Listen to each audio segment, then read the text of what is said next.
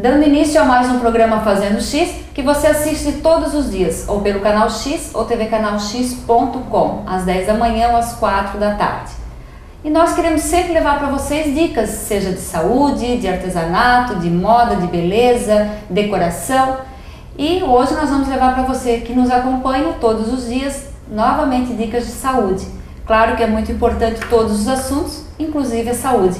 E para isso nós estamos no consultório do Dr. Eduardo Balister, que é cirurgião torácico, que nos recebeu aqui. Muito obrigada, doutor. Bem-vindo ao nosso programa. Obrigado. Tenho certeza que será um assunto que nós vamos abordar muito importante com pessoas que talvez tenham esse problema e desconheçam, não sabem que existe solução. Mas primeiro eu gostaria que o senhor falasse para nós, realmente, torácico já diz tórax, mas realmente o que faz o cirurgião torácico? Então, o cirurgião torácico é o médico especialista que faz cirurgias do pulmão, da parede do tórax, do mediastino, que é uma região situada entre os dois pulmões, o esôfago e toda a parte de câncer desses órgãos, a parte também de doenças benignas, fazemos tudo isso. E o doutor, com certeza, além de atender aqui, também trabalha em hospital, em UTI, sim, tem uma carga horária de trabalho como médico bastante grande. Mas nós vemos aqui hoje, especialmente no consultório do Dr. Eduardo, para tratar de um assunto que para muitas pessoas pode ser ou não um problema, ou ela nem sabe que é um problema, que é o excesso de suor, que tem um nome que é hiperidrose. Hiperidrose. Né, doutor? Mas primeiro, antes de nós falarmos do problema e da solução, que pode estar nas mãos do Dr. Eduardo, fala um pouquinho do suor, porque a gente pensa, suo tanto, para que suar? Mas ele faz parte, né? É necessário, né, doutor? O suor é um mecanismo de termorregulação do corpo, né? Então é normal a gente suar em momentos que a gente hiperaquece dentro do organismo, né? Quando a gente está acelerado, uma atividade física ou num ambiente muito quente, é normal suar. O problema é quando a gente começa a suar em situações que não deveria estar suando. Por exemplo, está parado, está dando uma entrevista como agora, ou fazendo o seu trabalho do dia a dia. Enfim, essas situações no ambiente arejado, assim por diante, as situações já começam a ser hiperidrose. Né? É uma doença, na verdade, que a incidência ela é gigantesca. Muita gente tem e nem sabe que é uma doença, na verdade.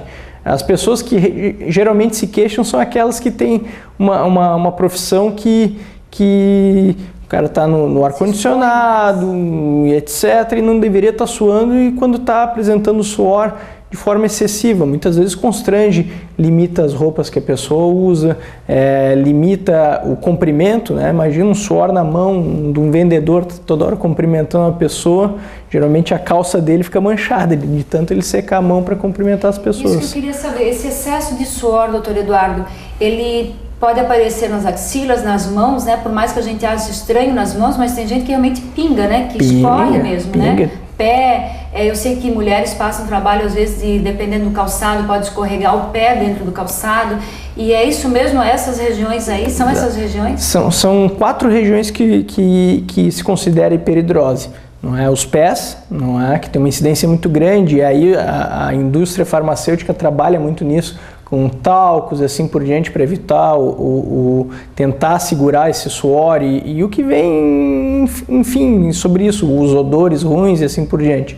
A mão é outro lugar bastante atingido e com uma incidência grande, a axila e o rosto. São os 4 lugares, desculpe, que as pessoas queixam mais e que é considerado hiperidrose nesses lugares. Tem maior incidência em homem, mulher, surge em criança? Se acredita que a incidência ela é igual. Assim, ó, em criança acontece também. A gente observa já desde pequenininho, mas não se incomodam, porque a criança tá suadinha, geralmente não tem odor ruim, está correndo, brincando, não tem uma relação interpessoal difícil. Quando está entrando na adolescência, as meninas principalmente é que começam a queixar. Vai pegar na mão do menino, do namoradinho, então já começa a ficar mais incomodada com isso. Não é? Nas mulheres, elas procuram mais, não por elas terem mais, mas é porque elas se incomodam mais, talvez, com os homens. Exatamente. Então, existe esse problema, existe tratamento para esse problema, que a gente sabe, mas quando que o senhor vê que realmente a pessoa está pronta e vem para o consultório? Quando realmente a coisa está bem complicada, né? Principalmente, como o senhor falou, o constrangimento. Exatamente, o constrangimento é a principal causa de procura, não é? E essa é realmente a indicação de cirurgia. A pessoa tem que se sentir incomodada com aquilo. Não, como eu comentei antes, uma profissão onde é normal estar suando, uma atividade física, sei lá, uma metalúrgica, um ambiente que é calorento e assim por diante, a pessoa vai suar e não vai se incomodar de estar suando. Mas profissões onde a gente está em ambientes arejados, com refrigeração assim por diante, não é normal suar e não é para estar esperando aquilo ali, não é? Então, observar sempre que o suor existe, é necessário suar, que o organismo precisa disso, sim, mas saber quando que esse suor passou de uma situação normal para uma situação maior, sua mais em momentos, principalmente como o senhor explicou para nós, e que daí passa a se chamar hiperidrose, que é essa doença, esse problema que acomete tantas pessoas e que acabam vindo procurar o senhor. Sim. Quanto ao tratamento, a gente sabe que existem alguns que não são tão eficazes, né? Hoje em dia o padrão ouro é a cirurgia, que se chama simpatectomia. Mas existe o Botox, né, que é uma coisa que hoje em dia estão indicando bastante, um procedimento que estão indicando bastante, que é a aplicação da toxina botulínica nas áreas afetadas pelo suor. Mais ou menos na mão são 25 a 30 aplicações de Botox, sem anestesia, em cada mão, não é? Ou quem vai na axila, assim por diante. Só que é um procedimento que não costuma ter, não é coberto por nenhum plano de saúde, não é duradouro. Tem um período? Exatamente, 3, 4 meses, varia de pessoa para pessoa e assim por diante. E as pessoas queixam muito de dor. Tem também algumas indicações que não devem ser feitas, tipo um paciente que precisa da sua mão para ter fineza, ou como um pianista, por exemplo, não seria indicado usar Botox na mão, porque perde um pouco da sensibilidade. Existe o tratamento medicamentoso, tá? Também o remédio ele dá muito parefeito, por isso que as pessoas não toleram. Geralmente o parefeito que mais aqueixa é a hipotensão postural, ou seja, a pessoa é aquela famosa tontura, quando levanta rápido fica tonto, às vezes desmaia. Isso aí acontece bastante com remédio, não é? A pessoa tem isso toda hora, fica caindo, desmaiando, a boca fica muito seca, então a tolerância não é muito grande. A cirurgia, que é a simpatectomia, ela é feita por vídeo. Existe um nervinho que chama nervo simpático, que na verdade ele não é a causa do suor, mas se descobriu que quando se faz a secção desse nervo, as zonas-alvo daquela região param de suar. Tá? Então 100% das pessoas que suam na mão e na axila, que são as zonas-alvos principais do nervo simpático no tórax, param de suar nessa região. No pé, varia de 40% a 50% com a cirurgia torácica.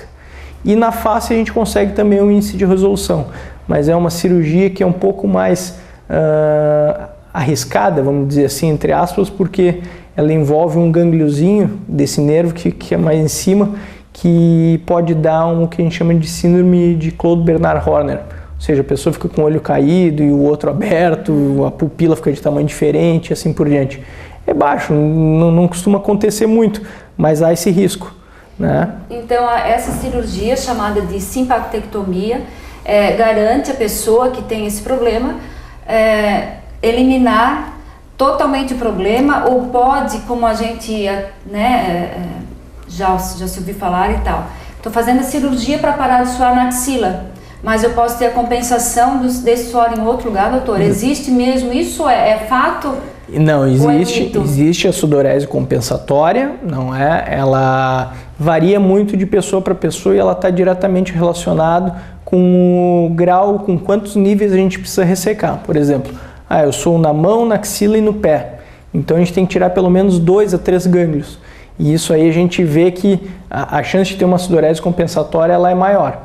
ela varia na literatura de 30%, 40% das pessoas que param de suar na zona alvo, mas começam a suar. E os lugares de compensatório são geralmente abdômen, o dorso, as coxas e as pernas. Tá? Não os pés, as pernas. Mas ela costuma ser de grau leve a intermediário, assim, né? E existem casos que essa compensatória não aparece? Não aparece. Não é? Esse é o sonho, né? Se eu pudesse prometer isso para todos, sim, seria excelente. Não teria problema algum. Mas geralmente o índice de satisfação ele é grande, porque a compensatória, quando ela vem sempre num grau leve e numa região que não atrapalha a pessoa. Então, assim, quem sua na mão e é um vendedor, cumprimentar as outras pessoas, né? Eu posso estar suando no dorso, mas isso aí não me incomoda para cumprimentar as outras pessoas. Esse suor no dorso não mancha a minha roupa, não é? Então, geralmente, a satisfação ela é grande nesse sentido. A cirurgia não funciona direito quando ela é mal indicada. Não adianta eu querer operar um paciente para ele parar de suar no pescoço ou suar na virilha. Não são as zonas alvos, não vai funcionar direito nesse sentido. Não vai atingir esses locais. Não vai atingir esses locais, não vai atingir o objetivo. Assim, vamos supor, operou axila, nem de graça, nem de carona, não vai nenhum dessas regiões. Raramente, né? O que acontece é que a região da axila e da mão resolve 100%, mas o pé, etc., ele vem de carona, né? Por isso que não há como prometer. Geralmente, quando o paciente vem com a queixa isolada de sudorese plantar, não é? A gente indica fazer torácico, porque é uma cirurgia que é mais fácil de fazer e que tem menos complicações do que a simpatectomia lombar, que também pode ser feita. Tá? A simpatectomia lombar ela é específica para quem tem hiperidrose plantar. Mas aí, por que se recomenda a torácica, então, para o plantar, para quem tem Porque é uma cirurgia mais simples de se fazer, com menos morbidade para o paciente e que vai ter menos chance de fazer as complicações da cirurgia lombar. Por exemplo, a cirurgia lombar num homem pode dar impotência sexual, na mulher secura vaginal e assim por diante. Então, fazendo pelo tórax, resolvendo, que é um índice expressivo, 40%, 50% das pessoas, não já se fica satisfeito, né? E vamos falar um pouquinho dessa cirurgia, da simpatectomia, em relação a pós-operatório, por exemplo. Quanto tempo a pessoa fica no hospital? É um procedimento que a gente sabe que é com anestesia geral e que muitas pessoas têm medo, cirurgia geral, estou correndo risco e tal. Queria que o senhor falasse um pouco como se vê hoje uma cirurgia com anestesia geral, né, que nós estávamos conversando até, que é diferente do que era, do que as pessoas muitas vezes colocam na cabeça, cirurgia geral, então não vou fazer essa cirurgia porque estou correndo risco de vida, né, de morte e tal. E que o senhor falasse também desse pós-operatório, quanto tempo fica no hospital? Então, assim, a cirurgia ela envolve realmente a necessidade da anestesia geral porque o nervo simpático ele passa atrás do pulmão. E como a gente opera por vídeo, há necessidade de que o pulmão murche para a gente operar o local correto para depois ele reinsuflar. E isso não se consegue com uma anestesia local assim por diante. A anestesia geral ela hoje em dia o método anestésico mais seguro, não é? Por exemplo, se faz uma raquianestesia, aquela da coluna, e se tem algum problema durante a anestesia, vai se converter para anestesia geral. É o modo onde a gente tem o controle da ventilação do paciente, onde a gente tem mais controle dos batimentos cardíacos, assim por diante. Hoje em dia a anestesia é um procedimento seguro, dificilmente há complicações. Claro que pode, né? Tudo pode ter complicação, mas a anestesia geral ela é segura de se fazer, né? Quanto ao procedimento, ele é feito com 2 cortes de 5 milímetros. Na mulher a gente usa o sulco inframamário, ali onde geralmente se faz o corte para botar prótese de silicone. Se faz um cortezinho de meio centímetro e outro cortezinho de meio centímetro na axila. Então ficam os cortes bem escondidos. Tá? No homem a gente usa a borda da areola, também faz um pontinho de plástico, depois também fica bem escondido. Né? E bilateral, né? Se opera um lado e depois se opera o outro no mesmo tempo anestésico. Pós-operatório, quanto tempo a pessoa fica no hospital? Isso, a pessoa opera e vai embora, opera de manhã e vai embora no fim do dia, tá? É um procedimento dito como ambulatorial. Ele fica, a sua recomendação de ficar afastado do trabalho, ela varia com o que a pessoa faz. Não é? Porque é um procedimento que ele é doído. A reexpansão do pulmão, ela é doída, porque o pulmão ele tem um atrito na parede do tórax, então cada hiperinsuflação, tosse, espirro, coisas assim, vai doer. E então se o paciente faz algum esforço, se recomenda que esse esforço seja por pelo menos 10 dias, 10 a 15 dias sem fazer. Se o paciente trabalha com uma atividade de escritório, se opera na sexta-feira, na segunda ele já pode trabalhar normalmente. Não é? A dor é o maior limitante, não tem mais grandes problemas quanto a da ferida, da hérnia, coisa assim, porque são cortes realmente milimétricos.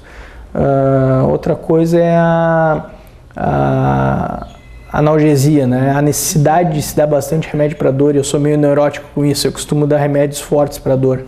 E geralmente as pessoas, doutor... Porque o paciente, a pessoa sempre diz, doutor, não quero sentir dor. E geralmente assim, no terceiro dia eu recomendo tomar fixo por 3 dias, que são os mais doídos. Depois só tomar se tiver dor. E as pessoas queixam, doutor, eu estava bem, só começou a me doer no terceiro, quarto dia, que é quando parou de tomar um remédio fixo. Mas essa dor realmente é a questão pulmonar, né? Onde foi? Da reexpansão do pulmão. A área da cirurgia, lá onde é o nervinho que passa entre as duas escápulas, não é? Ali o paciente costuma queixar de uma sensibilidade, mas ela é transitória. Com 15 dias de cirurgia, geralmente o paciente nem lembra que operou. E eu já ouvi falar até que pacientes operam e ao acordar da anestesia já sentem essa diferença? Ela é imediata, não é? Tanto é que muitas vezes a gente tem dúvida da localização do nervo e se corta às cegas, vamos dizer assim. E a gente pede para o anestesista, para o circulante, ver se a mão está quentinha. Já na hora a gente já sente. É imediato, porque com a simpatectomia é um procedimento que se usa também para quem tem doença de Raynaud, que é uma doença que os vasos da periferia ficam bem constrictos e às vezes faz isquemia e úlcera na ponta dos dedos. E a cirurgia ela faz vasodilatação, então a mão fica quentinha. As pessoas que têm a mão gelada, etc., isso aí resolve também. Bem interessante. Doutor, mais alguma coisa que de repente esqueci de perguntar, alguma coisa que o senhor queria relatar sobre essa cirurgia, que talvez muitas pessoas até saibam que existe a cirurgia, mas talvez não sabiam que em Brusque, né? Porque às vezes a gente pensa, mas tem que sair para outra cidade, porque não tem Brusque. Não, em Brusque nós temos o doutor Eduardo Balister, que já está há bastante tempo fazendo esse tipo de cirurgia, com certeza vai ter bastante história para contar de pacientes, né? Que voltaram para o consultório depois da cirurgia felizes da vida e, como ele disse, já acordou da cirurgia, doutor, onde é que está o suor, que realmente já desapareceu.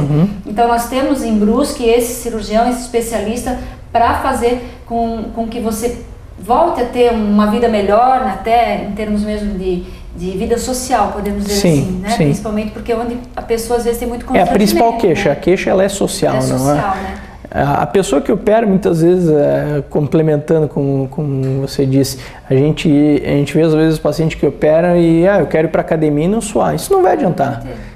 A paciente vai continuar suando quando momentos que é para suar. E aquela quantidade exata, talvez, de suor, não extremo, exatamente. Como uma pessoa que tem esse problema. Outra coisa que vale ressaltar é que essa cirurgia ela resolve para quem tem o que a gente chama de bromidrose, que é o suor com cheiro ruim. São pacientes que às vezes usam desodorante 8, 9 vezes por dia, estão toda hora passando desodorante para tentar mascarar o cheiro. Existem desodorantes que prometem melhorar disso aí, mas na real não funciona. A cirurgia simpatectomia, com 1 semana, o paciente não tem mais odor nenhum na axila, vai usar desodorante 1 vez por dia. Normalmente, assim, normal, não tem mais esse problema do suor com cheiro ruim, né? Então, mais alguma coisa, doutor, gostaria de falar sobre a cirurgia, isso. Que é tranquila, não é considerado estética, né? Não é estética. A indicação... Né? Não, por planos de saúde, Não, ela tem cobertura nos planos de saúde. Ela não deixou de ser estética porque se começou a pensar na questão do constrangimento que os pacientes passam, de estar suando, etc. Então passou a levar para o lado mais emocional e psicológico da coisa e passou a se cobrir. Né? A Unimed aqui em Brusque, com a qual eu sou cooperado, ela cobre a cirurgia, né? Não há nenhum problema. Tá certo. Aí no rodapé, né, o Dixon vai com certeza colocar o telefone aqui da clínica, do consultório Dr. Eduardo Balister. E se você tiver alguma dúvida ou se gostou desse assunto e se identificou com ele, pode procurar aqui, ligar para a Suzana, que é a secretária do doutor, marcar um horário aqui com o doutor e saber de perto realmente como funciona. E tenho certeza que, pelo que a gente já sabe, já conversou bastante com o doutor, desse resultado, né, 100% após a simpatectomia, esse nome aí que tem a ver com simpático, como o nervo é simpático, mas para alguns não é tão simpático, né, doutor? Porque traz uma certa antipatia por esse nervo. Exatamente. E ele deixa até de ser simpático. E assim, quero agradecer a presença do senhor no nosso programa, ter nos recebido aqui. Eu que agradeço. E com certeza levar para as pessoas que estão em casa esse assunto tão importante e que com certeza vai ajudar muitas pessoas. Tá certo, doutor? Certo, obrigado. Obrigada também ao senhor. Após os comerciais, a gente volta com mais Fazendo X, com mais assuntos para você.